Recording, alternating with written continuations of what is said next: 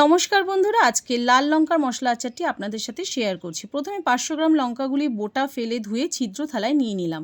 এদিকে থালায় নিলাম 1 বাটি করে কালো এবং সাদা সর্ষে, হাফ বাটি সাদা জিরে, হাফ বাটি গোটা ধনে, 3 টেবিল চামচ বড় মৌরি, 1 টেবিল চামচ মেথি, 1 টেবিল চামচ গোলমরিচ, 10 থেকে 12টি শুকনো লঙ্কা।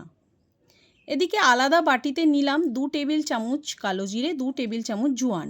এবার লঙ্কা এবং শুকনো মশলা রোদে শুকোতে দিলাম 5 ঘন্টা। 5 ঘন্টা বাদে লঙ্কাগুলি উপর থেকে নিচ অবধি চিড়ে নিলাম এবং ভিতর থেকে লঙ্কার দানাগুলি ফেলে দিলাম সবকটি।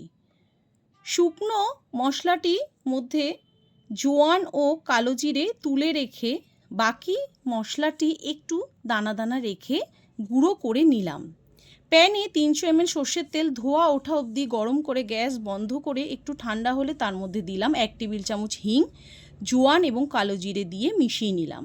গুঁড়ো করা মশলাটি একটি বোলে ঢেলে নিলাম। তার মধ্যে দিলাম 1.5 টেবিল চামচ আমচুর পাউডার, 2 চামচ করে বিট নুন ও পিঙ্ক নুন, 1 টেবিল চামচ করে হলুদ গুঁড়ো ও লঙ্কার গুঁড়ো, 4 চামচ ভিনিগার আর শুকনো মশলার মধ্যে অল্প অল্প করে তেল দিয়ে মেখে নিলাম। আমি মোট 5 হাতা তেল নিয়েছিলাম। এবার মশলাটি প্রথমে হাতা দিয়ে তারপরে হাত দিয়ে মেখে ভালো করে এবার লঙ্কার ভিতর অল্প অল্প করে নিয়ে মশলা নিয়ে ঠেসে ঠেসে এর মধ্যে পুর ভরে নিলাম। সবকটি রেডি করে নিলাম। এবার এক একটি লঙ্কা অবশিষ্ট মশলার তেলের মধ্যে ডুবিয়ে বয়ামে সবকটি ভরে নিলাম। বাকি তেলটি উপর থেকে ঢেলে দিলাম এবং বয়ামটি নিয়ে রোদে দিলাম। তাহলেই তৈরি হয়ে গেল আজকের লাল লঙ্কার মশলা আচারটি।